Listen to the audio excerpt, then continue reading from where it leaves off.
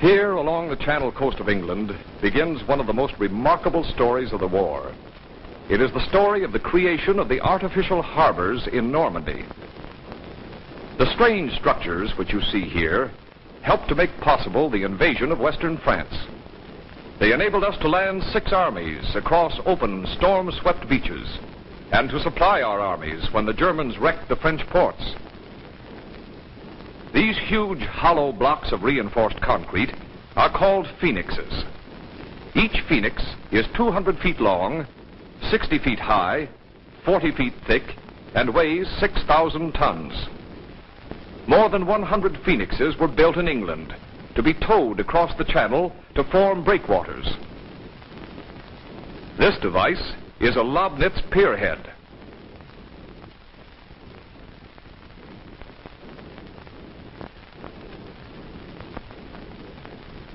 These 80-foot bridge sections are called whales.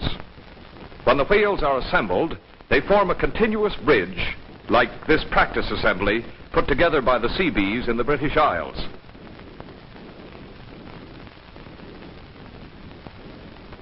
The Lobnitz pierheads at the end of the floating bridge, anchored and guided by giant legs or spuds at their 4 corners, are lowered and raised to meet tidal changes. Each pierhead has its own power plant and switchboard for spud operation. Captain Clark was in charge of the artificial harbor at Omaha Beach, and Commander Collier of the 108th Seabee Battalion was in charge of installing the phoenixes, pierheads, and bridging. This was the greatest towing operation in history. Many of the invasion ships towed sections of the harbor installations. The tows were made ready on D-2. More than 300 tugs were used. 1 tug was assigned to each phoenix, whale, or Lobnitz pier.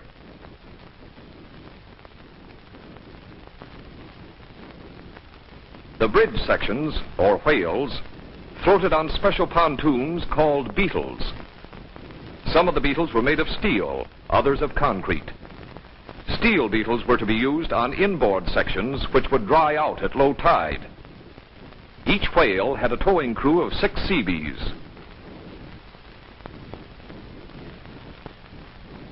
Here a tug is preparing to tow a phoenix. The round concrete clumps on each side of the phoenix are sea anchors to be used in case the phoenix might break loose from the tug. Special mooring bridles were developed, which included shock absorbers to ease the strain on tug and phoenix.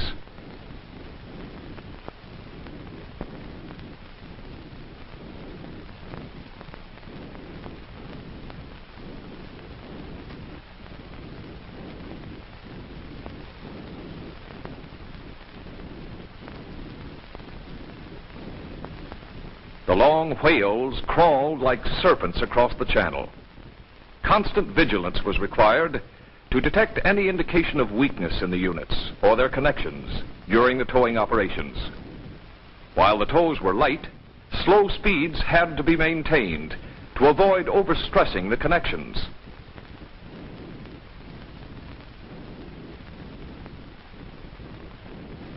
Note the spuds at the corners of the Lobnitz pierheads.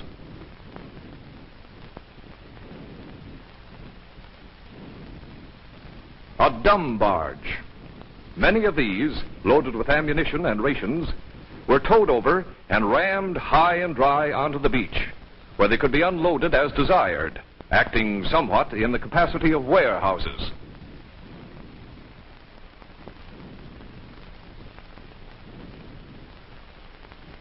Our planes blanketed the towing lanes, in addition to the surface warcraft which convoyed all tows. Each Phoenix carried a 6-man CV towing crew and a 12-man Army gun crew. The gun is a 40mm AA. Glider troops passed over the convoy at H-2 hours.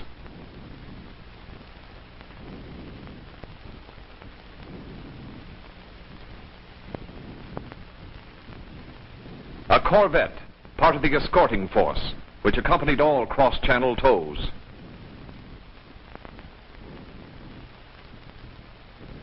To create the artificial harbor, we began by sinking the Phoenixes in the form of an L-shaped breakwater off Omaha Beach.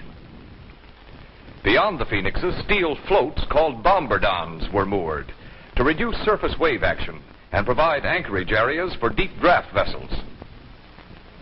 Inside the harbor, the 3,000-foot bridges were assembled, running out to the floating Lobnitz pierheads. The 2,100-foot sunken causeways afforded dry, firm surfaces for landing at any tidal stage of both men and equipment, and provided continual service round the clock. The secondary breakwater was composed of a line of sunken ships and provided a haven for small craft, as well as shelter for the Rhino repair barges.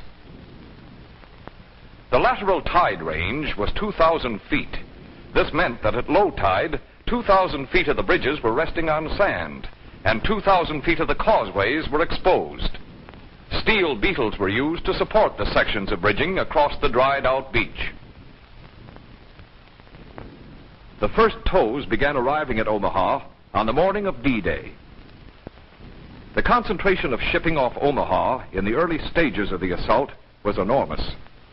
Obstacles, constant gunfire, floating and moored mines of the enemy, as well as the disturbed sea condition, made safe handling of these craft most difficult. Collisions or stranding were negligible. As the Phoenixes arrived, they were carefully jockeyed into position. Each Phoenix was simply a floating section of a seawall, and the problem was to sink the Phoenixes so as to form an effective barrier against the fierce channel waves. Each Phoenix had to be sunk in position to proper grade and alignment. Before any sinking operations were begun, even in the training period, scale models had been sunk in testing basins, where several peculiar characteristics were observed, which proved invaluable in handling the actual Phoenixes, characteristics which could not be foretold or anticipated.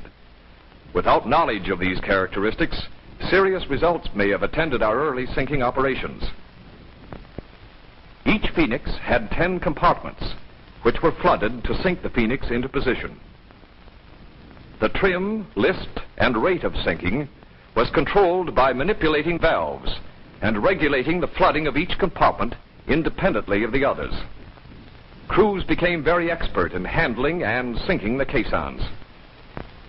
Naturally, there was some movement of the caissons due to shifting and settlement, inasmuch as they were placed on an unprepared foundation. And to this extent, the top elevation of the assembled breakwater was irregular. The onshore end of the first bridge was secured at high tide on D+3. Then, at each subsequent high tide, additional sections were added. This process was repeated until the regular length was in place.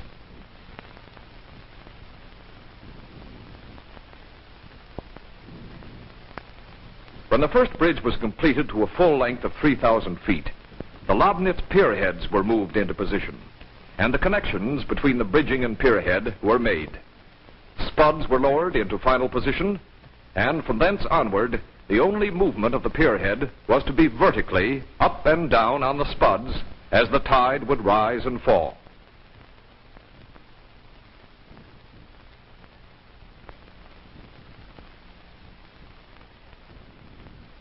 The first bridge was completed on D+11 and immediately placed in service. All types of vehicles passed across the bridging without the slightest mishap or delay. The bridging gracefully conformed to the surface movement of the water without hindrance to vehicular operation. Admiral Kirk inspected the assembly. The first LST docked on D+11. The piers were designed to handle both LSTs and coastal freighters, but there was not enough water alongside for Liberty ships. Special ramps for accommodation of LSTs were an integral part of the Lobnitz pierhead structures. These ramps could be adjusted to meet draft conditions of the LST and permitted the transfer of equipment under its own power direct from the LST to shore via pierhead and bridging.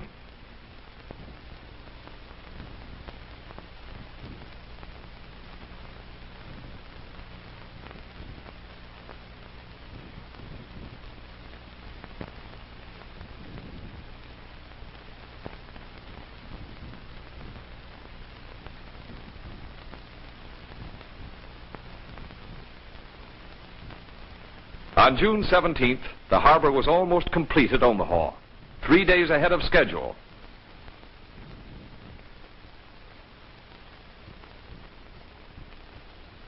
In addition to sinking the Phoenixes, 13 block ships were sunk at Omaha. They were sunk in line, just as the Phoenixes were sunk. They helped reduce wave action and provided shelter for landing craft.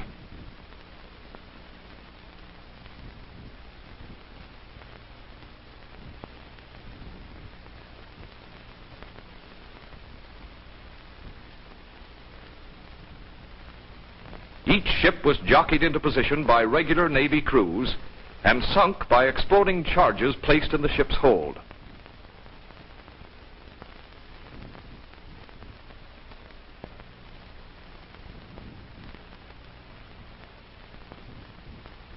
The Centurion, a veteran of the last war, having fought at Jutland, found herself outmoded for active duty in this war, and this was her final contribution to the cause. On shore at Omaha, the Seabees established and operated the Navy camp.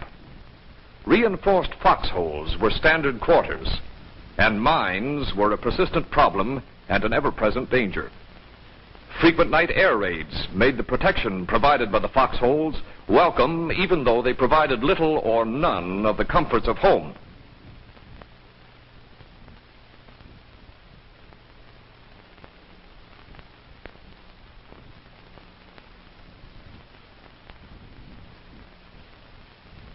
Commander Jardine of the 111th Battalion commanded Rhino ferries and Seabees shore activities at Omaha.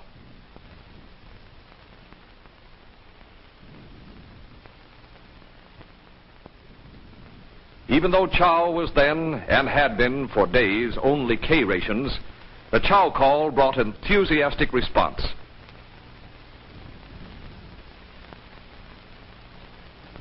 Plug hats were not uncommon among GIs, sort of a last fling attitude. Then the storm struck. It came on June 18th, almost without warning. Not in 20 years had such a storm hit the channel in June. No possible interpretation of meteorological records could have predicted the possibility of such a storm at this time of the year. In intensity, direction, and duration, it violated all precedents. 252 craft were piled onto the beach in a tangled, confused mass, breathing defiance at would-be salvagers. For 3 days, the fierce onshore winds had beaten at our installations, and we were unable to land a single pound of supplies. This at a critical period when supplies should be rolling at a maximum rate. When urgently needed critical items just had to be provided, coasters were driven ashore and unloaded through the surf at great hazard.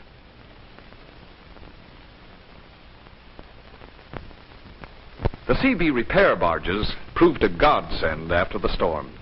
They, too, had been towed across the channel. Operations on the repair barge never ceased. Day and night this activity continued. No job was too big or too small. No questions were asked. All jobs were done as received. No atheists in foxholes, no favorites at the repair barge. A second artificial harbor had been created by the British at Aeromanche. This beach, miles to the eastward of the American beach, had natural protection, which was totally missing at the American beach. The units making up the artificial harbors were identical at each beach. By reason of its orientation and number of units in place, it was not so badly damaged by the storm.